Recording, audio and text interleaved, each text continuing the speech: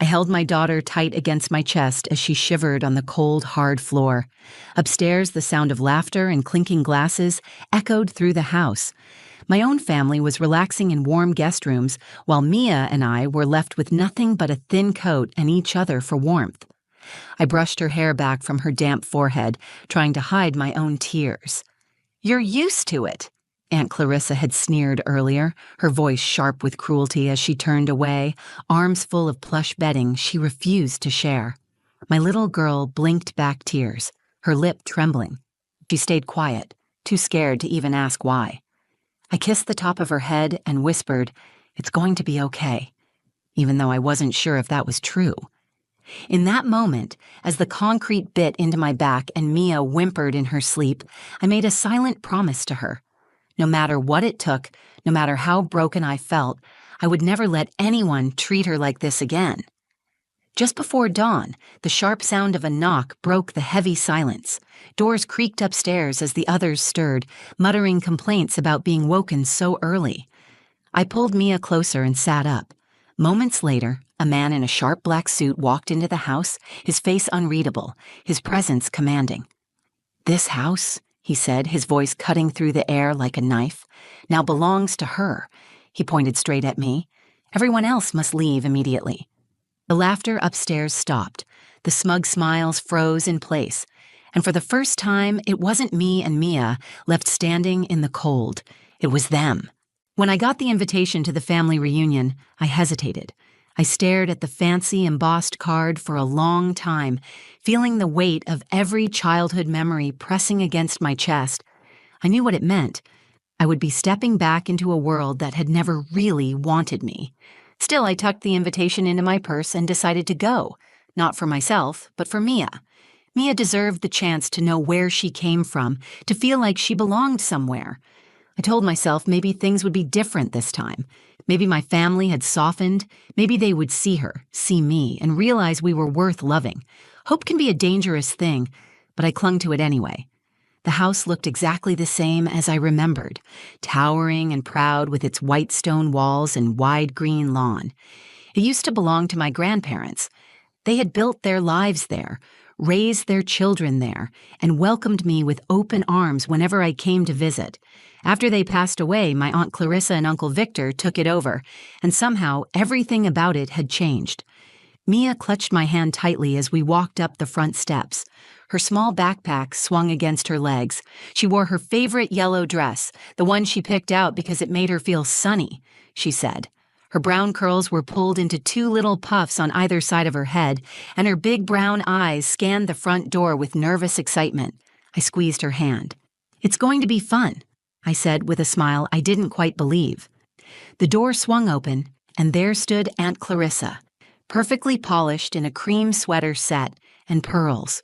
Her smile was tight and brittle, like glass about to crack. She gave me a brief nod and bent down to Mia's level with exaggerated enthusiasm. "And you must be little Mia," she cooed, pinching Mia's cheek harder than necessary. Mia winced but stayed polite. Clarissa straightened and gave me a glance that said more than words ever could. She didn't welcome me in. She simply turned and walked back inside, leaving the door swinging open behind her. Inside, the house buzzed with the noise of cousins I barely recognized and the strong smell of cinnamon-scented candles burning in every corner. Laughter and clinking glasses filled the air. No one looked up when we entered. No one rushed over to hug us or offer to take our coats. Mia tugged at my jacket and whispered, "Mommy, why does Aunt Clarissa talk to you like that?" I crouched down to her level, forcing another smile. "She's just busy, sweetheart. Let's be good guests." We slipped through the throng of family members. I nodded at my Uncle Victor, who offered a half-hearted grunt in return. My cousin Savannah lounged on the leather couch, scrolling through her phone, giving us a look like she was trying to figure out if we were even worth noticing. Clarissa called everyone together for a toast, raising her glass high. She praised family, tradition, and the importance of sticking together through hard times. I stood in the back, holding Mia's hand tightly, feeling the sting of her words that didn't include me. As the evening wore on, I noticed the small details that told me we were still outsiders. Plates of food were passed around but always seemed to empty before reaching us. When Mia asked for a second slice of pie, Savannah loudly joked, Save some for people who matter. Nobody corrected her. Nobody even pretended to notice. When it grew late, I asked where we would be sleeping. Clarissa gave a sharp laugh, then waved her hand toward the back of the house. "Guest rooms are already full," she said with a smile that didn't reach her eyes. "You and your little one can stay in the study. There's a rug and a space heater in there. You'll be fine. You're used to roughing it." Victor chuckled, and Savannah covered her mouth to hide a smirk. Heat rose in my face, but I bit down the anger. Fighting back would only make it worse. I nodded and took Mia's hand again. The study smelled of dust and old paper. It had no bed, no couch, not even a blanket. Just a scratchy rug, a rickety desk, and a single drafty window that rattled in its frame. I knelt down and tried to make a little nest for Mia with my coat and her backpack. She knelt beside me, setting her teddy bear carefully down. "Mommy," she said quietly, "did we do something wrong?" "No, baby," I said, pulling her into my arms. "We didn't do anything wrong." She fell asleep quickly, her small body curling into mine. I stayed awake staring up at the cracked ceiling, listening to the muffled sounds of laughter and music coming from the guest rooms upstairs. I'd never felt so small, so unwelcome, so humiliated. Still, I held Mia tighter and promised her silently that no matter how cold the floor got, she would never be alone. In that moment, something inside me hardened. I would not cry. I would not let them see me break. I would protect my daughter with everything I had. We might be sleeping on the floor tonight. But this was not the end of our story, not by a long shot. The cold sank into my bones as the night stretched on. Every shift on the thin rug sent sharp pain shooting through my hips and shoulders. I adjusted Mia's coat around her small body again and again, trying to shield her from the draft, sneaking in through the cracks of the window. Her little fingers clutched my sweater in her sleep. Each time she whimpered, I smoothed her hair and whispered promises that everything would be all right, though I could feel the sharp edge of doubt cutting into every word I spoke. Upstairs, the party never seemed to end. The sound of laughter, music, and the clinking of glasses echoed through the ceiling. Every cheer and burst of loud conversation stabbed deeper into the hollow space that was growing inside me. I wondered if they even remembered we were down here, or if we had already been forgotten. Hours passed. When I finally drifted into a shallow sleep, I was jolted awake by footsteps stomping down the stairs. Aunt Clarissa appeared at the doorway, her silk robe wrapped tightly around her, and an empty wine glass dangling from her hand. She stood there for a moment staring at us, her mouth curled in disgust. "You know," she said, voice slurred but cutting. "You're lucky we even let you stay. I could have made you get a hotel." She stepped into the room, her bare feet whispering against the wooden floor. "But then again, you're probably used to floors. Guess you finally found your level." I sat up, careful not to wake Mia. "Thank you for your hospitality," I said, my voice flat and even. Clarissa smirked and took a long, theatrical sip from her empty glass before turning and walking away without another word. I listened to her footsteps retreating, each one feeling like a slap across my face.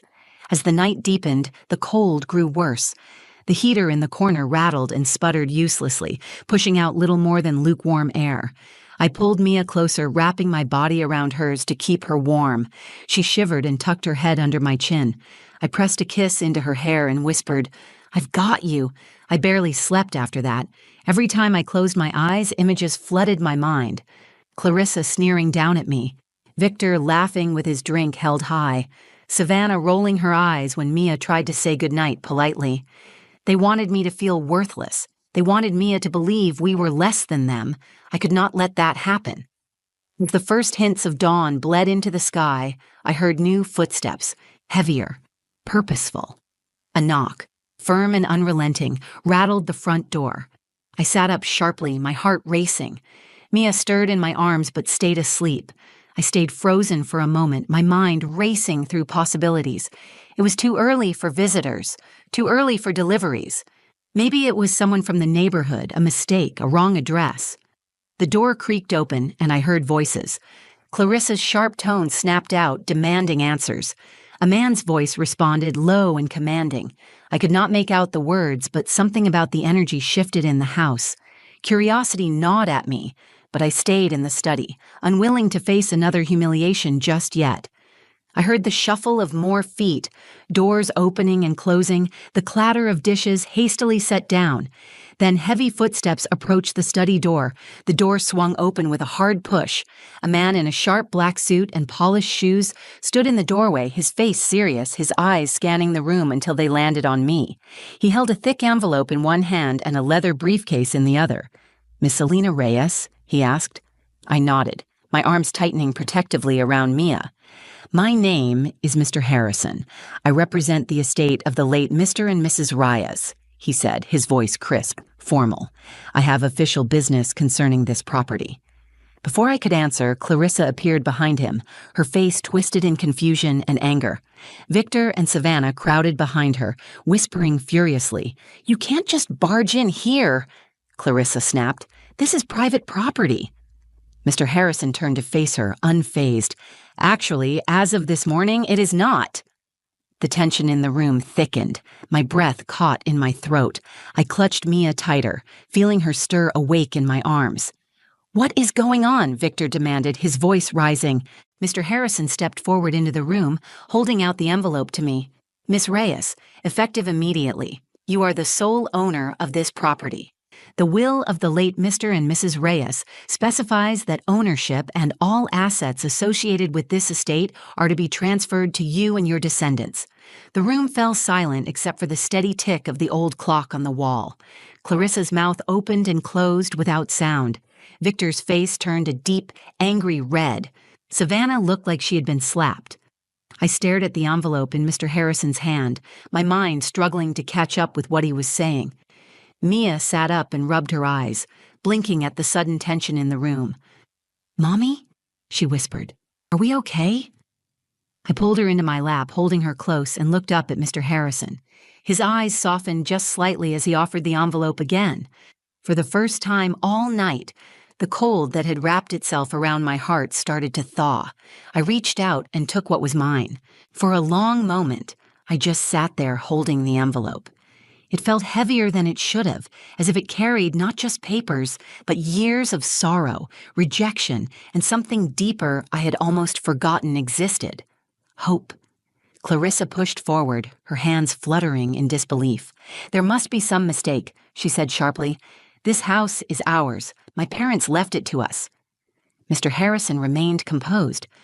"The will was updated before their passing. It was properly witnessed, notarized, and filed. You were notified of the change, but you chose not to respond to the court summons. Ignorance does not change legality." Victor crossed his arms, glaring at me as if I had somehow tricked them. "You think you can just kick us out?" His voice rose, shaky with anger. "You think you deserve this?" I stood slowly, my legs trembling, not with fear, but with a new kind of strength I had not felt in years. I shifted Mia onto my hip and met Victor's glare head on. "I do not think anything," I said, my voice calm and clear. "My grandparents thought so. They made their decision." Clarissa shook her head violently. "You barely even came around. You were always off somewhere, doing whatever it is you do." She sneered the word, trying to tear me down like she always had. I felt a flicker of anger, but it did not consume me the way it used to. Instead, it sharpened my focus. I remembered every weekend I spent with my grandparents when I could afford to visit, every phone call they answered with joy when no one else bothered to pick up. I remembered how they listened to me, encouraged me, and loved me without asking me to be someone else. "You are right," I said. "I was not here for the free meals or the holidays. I was here when it mattered." Mr. Harrison cleared his throat. "As of now, you are required to vacate the property within the next 3 hours. Legal action will be taken if you do not comply." Clarissa gasped. "You cannot do this to family." "Family?" The word rang hollow in the air between us. Mia clung tighter to me, hiding her face in my shoulder. I kissed her hair and turned away from Clarissa's pleading expression. I did not owe her anything. I owed everything to the little girl in my arms who had spent the night believing she was not good enough. I followed Mr. Harrison to the front hall where he handed me a second envelope containing the keys, legal documents, and a letter from my grandparents. My hands trembled slightly as I unfolded it. In shaky but determined handwriting, my grandmother had written, Alina, you have always been our heart. You gave without asking for anything in return. This home should always belong to someone who understands what love means. Take care of it. Take care of yourself. We love you." Tears blurred my vision, but I blinked them back. Not because I was ashamed, but because I needed to see clearly now. Behind me, Clarissa and Victor scrambled, arguing between themselves about what to pack first. Savannah stomped upstairs, loudly slamming doors as she gathered her things. I heard Clarissa's sharp voice carrying through the halls, blaming everyone but herself for what was happening. I carried Mia into the kitchen, sat her down at the table, and knelt in front of her. "Sweetheart," I said softly, "this house is ours now. We are safe." Her eyes widened. "Ours?" I nodded and smiled. "Yes, ours." A slow, stunned smile spread across her face. She looked around the kitchen as if seeing it for the first time. Her little hands pressed against the polished wood of the table like she was anchoring herself to a new reality. "Can we get a bed?" she asked, her voice small but full of wonder. I laughed, the sound bursting from my chest so freely it startled even me. "Yes, baby, the biggest, softest bed you want." As the sun rose higher, spilling warm light across the cold, dusty floor, I realized something deep in my bones. This was not just about revenge or winning some petty fight. It was about reclaiming the dignity they had tried to strip from me. It was about giving my daughter a life where she would never again be made to feel small or unwanted. This house was no longer a place of judgment and cruelty. It would become a home filled with laughter, kindness, and dreams, built on strong, loving foundations.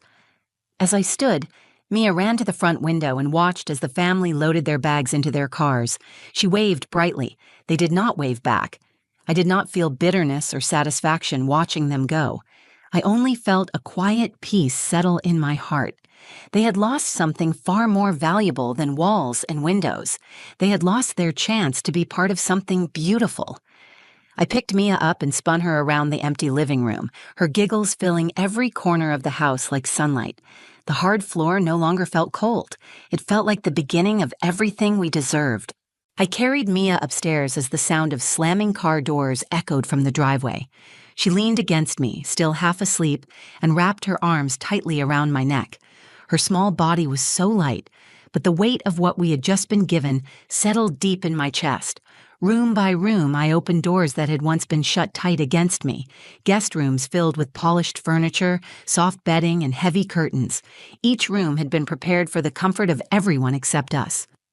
I stood in the doorway of the largest bedroom at the end of the hall and breathed in the smell of fresh linen and polished wood. Mia lifted her head and looked around, her eyes wide. "Can we stay here?" she asked. I smiled. "Yes, baby, this is our room now." I set her down on the enormous bed, watching her sink into the plush mattress. She giggled and rolled over, hugging a fluffy pillow that was twice her size. I sat beside her, running my hand over the soft quilt and feeling the difference between the cold, hard floor and the life we were about to build. Downstairs, the front door slammed again, the final, angry punctuation to the departure of people who had always believed they held the power. I listened for the sound of footsteps, of voices lingering, but there were none. They were gone.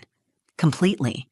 The house belonged to us now in more ways than just paper and ink. Mr. Harrison reappeared in the front hall as I carried Mia back downstairs for breakfast. His briefcase was closed, his posture still formal but less rigid. "Everything is in order," he said. "If you need anything else, my office will be handling the final transfer of utilities and accounts. You should find the financial details included in the second packet." I nodded, feeling a swell of gratitude that caught me off guard. "Thank you for everything." He offered a small, respectful smile. "Your grandparents wanted to ensure you were taken care of. It was important to them that you had the freedom to live here without interference." His words hit me harder than I expected. I nodded again, unable to speak past the lump in my throat. Mia tugged at my sleeve, pointing excitedly toward the kitchen. "I want pancakes," she announced. Mr. Harrison chuckled lightly and tipped his head toward her. "Enjoy your home, Miss Reyes. You earned it." As he left, the morning light poured through the front windows, washing the house in a golden glow. I closed the front door quietly, locking it behind him with the keys that were now truly mine. I set Mia up at the kitchen table and rummaged through the cabinets. Flour, eggs, sugar, milk. Everything I needed to make pancakes was already here, waiting. I mixed the batter with quick, sure movements, letting Mia stir with a big wooden spoon that looked almost comically large in her little hands. The smell of warm pancakes filled the air, pushing out the last remnants of cold and bitterness. Mia swung her legs happily under the table, humming a made-up song as she waited for her breakfast. As I flipped the pancakes, I allowed myself a moment to think about everything that had happened, about the nights I had spent believing I was nothing, about the years of swallowing my pride just to be treated like an afterthought, about the way they had forced us onto that cold floor as if we were nothing more than burdens, and about the moment when the universe, or fate, or maybe just the deep decency of two people who had loved me without condition, finally handed me the key to something better. When the pancakes were ready, I set a plate down in front of Mia and sat across from her. She picked up her fork with a huge grin and dug in, syrup dripping down her chin. I laughed, reaching over to wipe her face with a napkin. "This is the best breakfast ever," she said between bites. "It is," I agreed, watching her with a heart so full I thought it might burst. "Because it's ours." After breakfast, Mia ran from room to room, staking her claim with the fearless joy only a child can summon. She picked out a room with soft green walls and a big bay window for her own. She named it her Princess Tower and declared it off-limits to boring grown-ups. I wandered through the house with her, each room unfolding like a gift. I saw a future here. Birthdays with friends, movie nights piled under blankets, Christmas mornings by the fireplace. A life filled with more love than this house had seen in a long, long time. Later, I found myself standing on the back porch, Mia playing with a set of dusty garden tools she had unearthed from the shed. The late morning sun kissed the grass, and a gentle breeze carried the scent of blooming magnolias from the edge of the property. I closed my eyes and breathed it all in. Freedom, safety, the fierce, unshakable pride of knowing I had fought for something better and won. Behind me, the house stood tall and steady, no longer a monument to exclusion and cruelty, but a living testament to the power of love and perseverance. This house was ours now, and so was the future. The days that followed felt like waking up from a long, heavy sleep. Without the sharp stares and cruel words pressing down on us, the house slowly opened itself up. Mia filled the rooms with her laughter and songs. I filled them with small touches of love. A vase of flowers on the kitchen table, a soft blanket thrown over the couch, curtains that let in the morning sun. For the first time in years, I could breathe without waiting for the next insult to knock the air out of me. Every morning, Mia ran barefoot down the halls, shouting good morning to every corner of the house. I let her. I encouraged it. This house had been silent for too long. I spent hours reading my grandparents' old letters, finding pieces of myself in their words. They had seen me. They had seen the little girl who was too shy to speak up, too used to being overlooked. They had loved her enough to trust her with everything they had built. I cried sometimes, but it was not the broken kind of crying I had known before. It was the kind that stitched you back together. One afternoon, while Mia napped curled up with her teddy bear on the big couch, I stood in the study, the same cold room where we had been forced to sleep. The floor still had scratches where heavy furniture had once been dragged across it. The heater still sputtered weakly in the corner. I knelt down and placed my hand flat against the wood. I wanted to remember how it had felt, not to hold on to the pain, but to never forget the promise I had made to myself and to Mia on that night. We would never be made small again. We would never beg for kindness from people who measured worth in status and appearances. The past was a part of us, but it would not define us. I decided to turn the study into a library, a place of stories, dreams, and quiet strength. I imagined Mia sitting by the window one day reading a book, never once questioning if she was wanted or loved. On a bright Saturday morning, Mia helped me carry in the first load of books from the local thrift shop. She picked out a pink beanbag chair for herself and insisted we put it right by the biggest window. "This is the princess reading spot," she declared. I laughed and kissed the top of her head. "It is perfect," I said. Every night we made a new tradition. Pancakes on Saturday mornings, a new bedtime story every night, planting flowers in the front garden together, painting the walls in colors that made us feel happy. We built a life filled with small joys, each one more precious because of how hard it had been to get here. Sometimes, memories of the past tried to creep in. I would find myself wondering if Clarissa and Victor still told themselves stories about why they lost everything.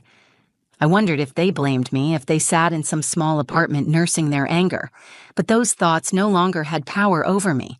Forgiveness was not something they had asked for, and I had no obligation to offer it. What I gave myself instead was freedom. Freedom to focus on the life in front of me instead of the pain behind me. Mia grew stronger too. I watched her blossom, her shy smiles becoming bright laughter, her quiet voice growing more confident each day. She made friends at the local park. She invited them over to play without fear. She decorated her room with drawings, posters of animals, and glow-in-the-dark stars. One evening, as we sat on the porch watching the sun dip below the horizon, Mia leaned her head against my arm. "I love our home," she said simply. I wrapped my arm around her and pulled her close. "I love it too," I said, "because it is filled with the best thing in the world." She looked up at me, curious. "What is that?" "You," I said, kissing her forehead. "You are the best thing in the world." We sat there for a long time, listening to the crickets sing and watching the stars begin to appear. There was no fear, no anger, only peace. In the end, the house was never just about walls or land or money. It was about creating a place where love was louder than cruelty, where kindness grew stronger than bitterness. Family is not the people who share your blood. Family is the people who share your heart, who lift you up instead of pushing you down. Mia and I had built a new kind of family together, and this time, no one could take it from us, not ever. Thank you for listening to my story. If it touched your heart, if it made you feel something real, please take a moment to like this video. Share it with someone who might need a reminder that no matter where you come from or what you have faced, you can build something better. You can create your own family, your own home, and your own happiness. I would love to hear your thoughts too. Was there a moment in your life when you had to choose to stand tall instead of staying small? Tell me your story in the comments. I read every single one, and your words mean more than you know. And if you want more stories about real struggles, real victories, and the kind of hope that refuses to quit, make sure you subscribe to the channel. We are building a space here where every voice matters and every heart is welcome. Thank you for being part of it. I cannot wait to share the next chapter with you.